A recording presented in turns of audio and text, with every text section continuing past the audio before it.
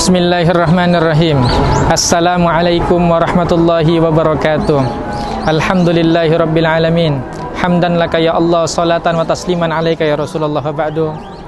Para pecinta PCINU Korea Selatan yang insya Allah dimuliakan Allah Subhanahu wa ta'ala, alhamdulillah kita bersyukur kepada Allah Subhanahu wa ta'ala atas banyaknya nikmat yang Allah berikan kepada kita. Kemudian salawat dan salam kepada junjungan kita baginda Nabi besar Muhammad sallallahu alaihi wa ala alihi wasallam. Semuanya, para pecinta PCINU Korea Selatan, kita semua menyadari bahwa begitu sayangnya Rasulullah sallallahu alaihi wasallam kepada kita. Maka Rasulullah pernah berwasiat kepada kita, memanggil nama kita, ummati, ummati, ummati as-salata. Rasulullah begitu sering mengingatkan kita untuk salat. Jangan pernah berani meninggalkan salat. Begitu kata Rasulullah sallallahu alaihi wasallam. Di dalam salah satu hadis beliau bersabda, la tatrukis shalah, la tatrukis shalah, fa innahu man tarakas salata muta'ammida. Jangan pernah berani meninggalkan salat, karena barang siapa yang sengaja berani meninggalkan salat, faqad barihat minhu zimmatullah wa rasulih, maka dia sudah lepas dari tanggung jawab Allah Subhanahu wa taala, lepas dari naungan Allah dan naungan Rasulullah sallallahu alaihi wasallam. Artinya apa? Orang tersebut secara langsung, secara tidak sadar, dia mengatakan bahwa dia sudah tidak mau diurus oleh Allah Subhanahu wa taala. Na'udzubillah, tsumma na'udzubillah. Hadirin al-musyahidin PCINU Korea Selatan yang dimuliakan Allah Subhanahu wa taala. Ada salah satu hadis yang mungkin bisa memberikan pesan yang mendalam bagi kita semua, bahwa Rasulullah Shallallahu Alaihi Wasallam pernah berwasiat, bukan berwasiat, tapi bertanya kepada para sahabat, wahai sahabat, aro'aitum lau anna nahron bibabi ahadikum. Wahai sahabat, bagaimana pendapat kalian kalau ada sungai? Perhatikan redaksi hadisnya, dan ini disorot oleh para ulama. Bagaimana pendapat kalian bila ada sungai yang keberadaannya persis di depan pintu rumah kalian? Bukan di depan rumah, bukan di seberang rumah, bukan, tetapi persis di depan pintu rumah kalian. Nahron bibabi ahadikum yaghtasilu minhu kulla yawmin khamsa marrat. Setiap hari kalian mandi di sungai tersebut satu hari 5 kali.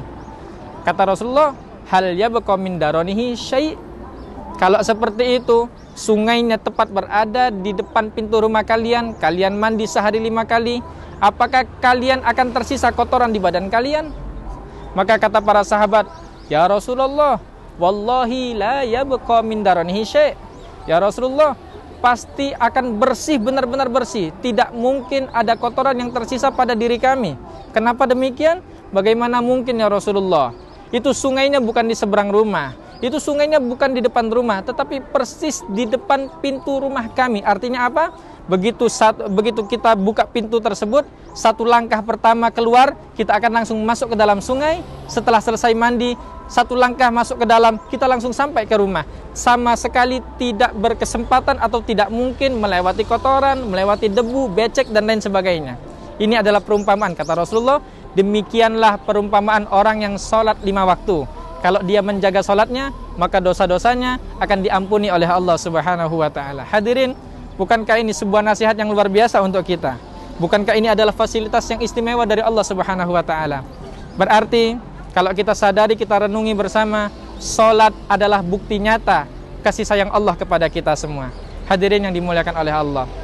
Jadi, beberapa pesan dari Rasulullah Sallallahu Alaihi Wasallam tadi memberikan pesan kepada kita.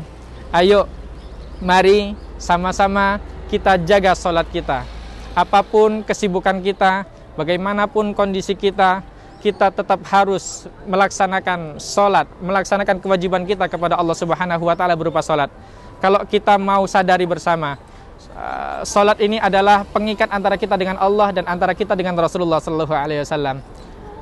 Syariat puasa misalnya, bila seseorang sudah tidak mampu untuk berpuasa, maka dia dibolehkan untuk tidak berpuasa dan membayar fidyah. Puasanya sudah diganti dengan membayar fidyah.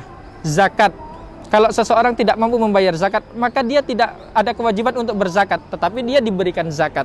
Haji, bila seseorang tidak mampu untuk haji, maka dia tidak wajib untuk haji. Tetapi sholat, tidak ada alasan untuk meninggalkan sholat. satu-satunya alasan yang membolehkan kita untuk meninggalkan sholat adalah kita disolatkan. Hadirin yang dimuliakan oleh Allah, mudah-mudahan apa yang tadi kami sampaikan, apa yang tadi kita pelajari bersama, mudah-mudahan menjadi wasilah kebaikan untuk diri kita. Mudah-mudahan kita, keluarga kita, orang tua kita, guru-guru kita, dan siapapun yang pernah berbuat baik, pernah berjasa dalam kehidupan kita, mudah-mudahan senantiasa dalam bimbingan Allah Subhanahu wa taala, dalam keridhaan Allah, dalam kebaikan dan keberkahan. Amin ya rabbal alamin. Ini saja yang bisa kami sampaikan. Kurang lebihnya mohon maaf. Kepada Allah kita mengharapkan ridha dan maghfirahnya. Wabillahi taufiq wal hidayah war ridha wal inayah. Wallahul muwaffiq ila aqwamit thoriq. Assalamualaikum warahmatullahi wabarakatuh.